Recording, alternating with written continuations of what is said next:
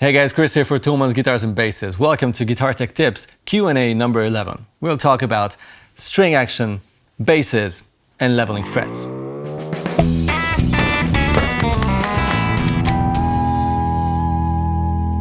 Thanks so much for all the comments, all the questions, and all the info you guys share in the comment section.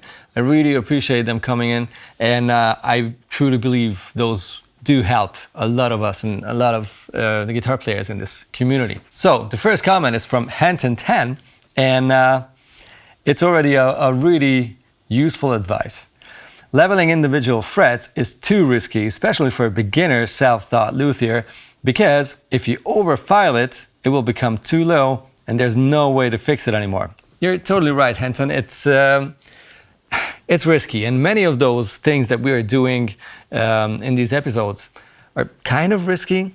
So that's why I always try to make sure that you get all the important infos that one can give you before even trying it. And of course, as always, it's one of the best advices to not start doing new stuff you've just learned, or you just know it in theory, on your precious instruments. If there's a way of getting a broken guitar or something that's like very, very affordable, and you don't really have a bad feeling about possibly messing something up that you have to fix afterwards, use that to train. I did the same thing. I had this old acoustic guitar where the neck was all over the place. It was completely drifted in all directions. And that was the first guitar I refretted. I put out all the frets, leveled the fretboard, of course, because as told, it was twisted in all directions. So it was a great practice to fix that issue, and then, of course, to refret a full fretboard. So it was my own guitar, and I didn't mind messing it up, and I got lucky. It turned out really good, and I still own that guitar and love playing it. But if anything went south, you know, I would have just did it again. About the individual fret leveling, it's very important to use this guy, a proper straight edge, or like a fret rocker. It needs to have the different length for all the segments of the neck. Of course, at the beginning of the neck, you need the longer one because you always need 3 frets, because you want to make sure that it can rock in case one of those frets is taller than the others. And of course, the other part is you have to be 100% sure that you know which fret is taller, which is the one you have to file down. And it's also very important to know which part of that fret is too high, right? Sometimes it's the whole fret because it just doesn't sit right in that fret slot. In that case, it's more clever to hammer it in. That's why we have these brass hammers, which are softer than the frets, so you can actually hit them without making dents on top of the frets. So it's complex, and if you're not 100% sure that you know when to do what and how to exactly do it, you can experiment as told, but not on your precious instrument. And if it's just too hot, too risky, just visit a luthier. Maybe you can look over his shoulder and just see it for yourself how it's done. It's fun, and you can learn a lot also by yourself and also by looking at other people doing these things. So yeah, it's risky, be careful. All right, next question is, well, it's not a question, it's a statement from Musical All, and it's about fretless basses. When doing intonation adjustments on fretless basses, I find it useful to use the blade of a butter knife to actually fret the note at the 12th fret position. Use caution to not damage the surface of the fretboard or the string windings. It's a really clever idea. Actually, anything, it doesn't have to be a knife, it could be just a ruler, something that's thin enough and hard enough that you can press the string down exactly at the 12th fret. Like if you have a fret line, that's very helpful. If you don't, it's not that helpful. But actually, with the fret lines, that does make a lot of sense to have something super thin, right exactly at the fret line. And with that, you can make sure that that straight line, the 12th fret line, is super exact. It doesn't really work for everyone though, because if you use these basses, like fretless basses, the way that the middle of your fingertip is at the line, or about the middle, somewhere around the middle of your fingertip is the line, then you need to adjust the intonation differently than if you're someone who, as like most players, as far as I'm concerned, would aim for the edge, like the outside edge of that finger for that fret line. Bass players, I'm sure you know what I'm talking about. Guitar players, never mind, you know. This one came from sh, which is SCH, well, it's like the German sh, 2412. It's an interesting one, and I think I'll need some help here. Hi Chris, one question regarding low action setups. Why is it possible to have lower action on Gibson guitars versus Fenders? Is it the neck angle? I had both, and I could always set up my Gibsons way lower than the Fender. I have a team-built custom shop Strat with a flat 16-inch radius that also had a low-action plex setup. I still cannot get the strings as much down as with my Gibsons without them fretting out, even though they have a lower radius. It can be the radius thing, it cannot be the frets. Medium jumbo plagued on all of my guitars. The nut slots are also done by the plag machine. I am clueless.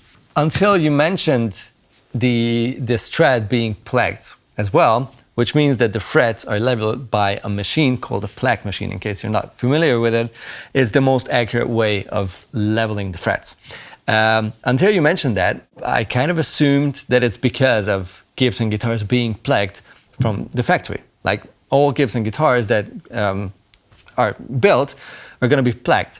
And that is why Gibson is famous for having the option of putting those strings super low without any fret buzz or just barely any. I know exactly what you mean. This is like a standard thing. Like this is my Tele, and I usually have the strings a little higher on this than on my Les Paul.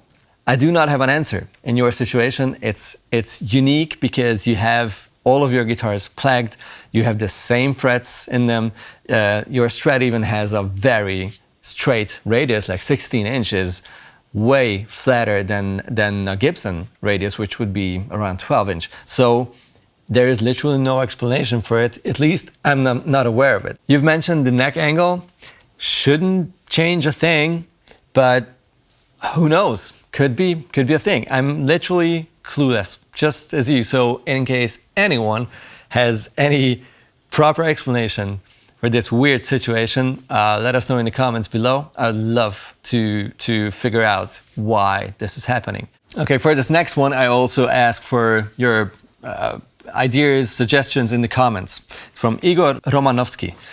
Would like to know more about which strings are better for fretless bass. Thinner versus thicker, rounds versus flats versus tapes, etc.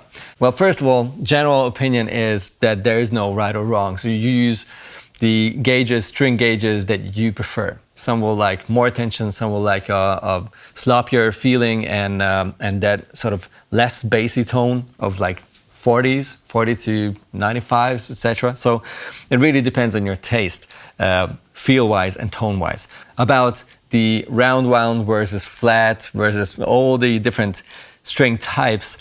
If you want to keep that bass and want to make sure that the fretboard, well, the fingerboard, will not be damaged, use flats.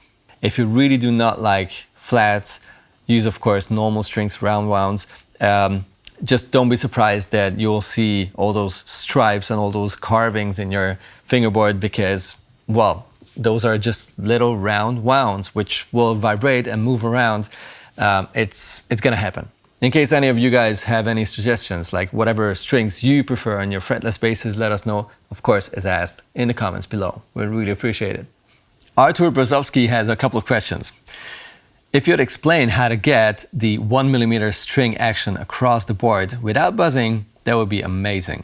It sounds unbelievable for me, but I have no idea why you'd need such thing. Shred, huh?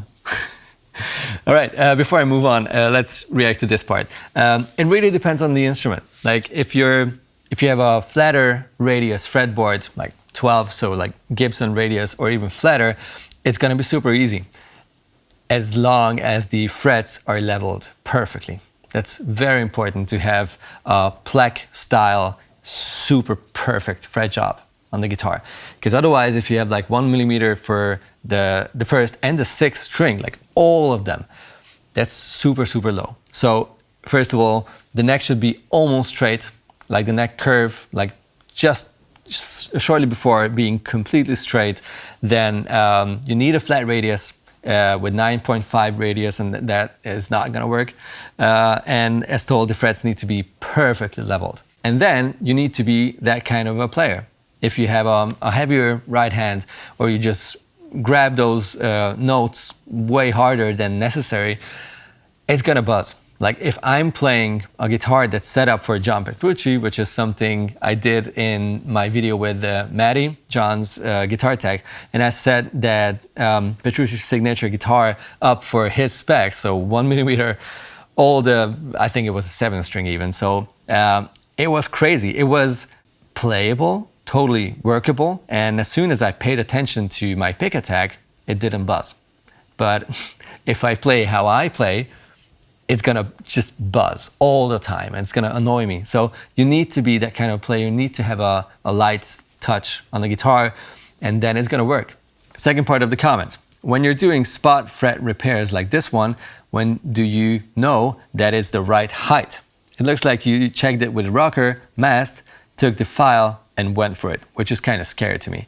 Yeah, we had a comment similar to this one at the beginning of this Q&A.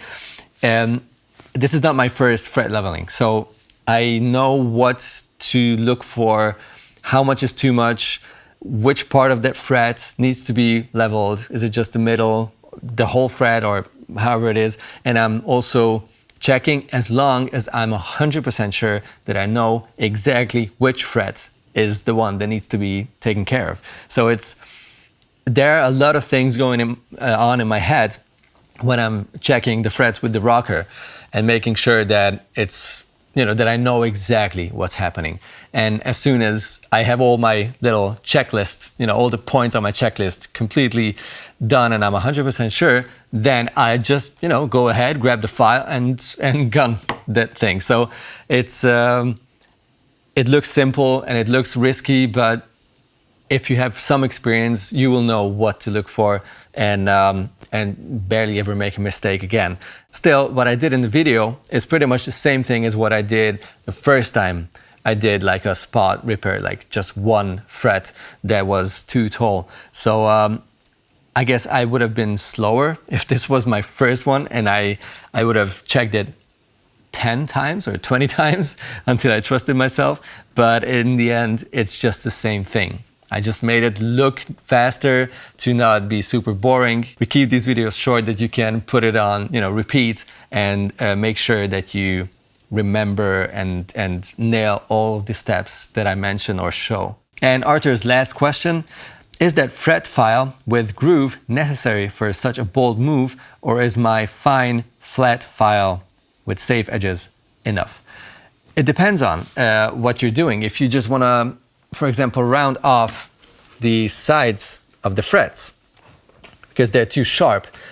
If you have a file that's flat, but you have the safe edges, that's going to be perfect, obviously. That's exactly what most luthiers or guitar techs will use anyhow. The safe edge is super important, otherwise you scratch the wood. If you want to do the crown, which is supposed to be round, you could probably use a flat file for the top of the fret, but then you will have a flat fret, which doesn't feel nice. Your finger will sort of stick to it or feel that rough edge or like edgier edge, which is just not nice. So that's why we always use the crowning file for as the last step. That's what makes sure that the frets feel smooth when you're sliding on the neck. All right, guys, take it easy. Thank you so much for watching. Keep the comments coming down there in the comment section. Don't be afraid of setting up and fixing your guitars yourself. It's time to become your own guitar tech. Not happy? No. Okay. You wanted it? You got it. Cut.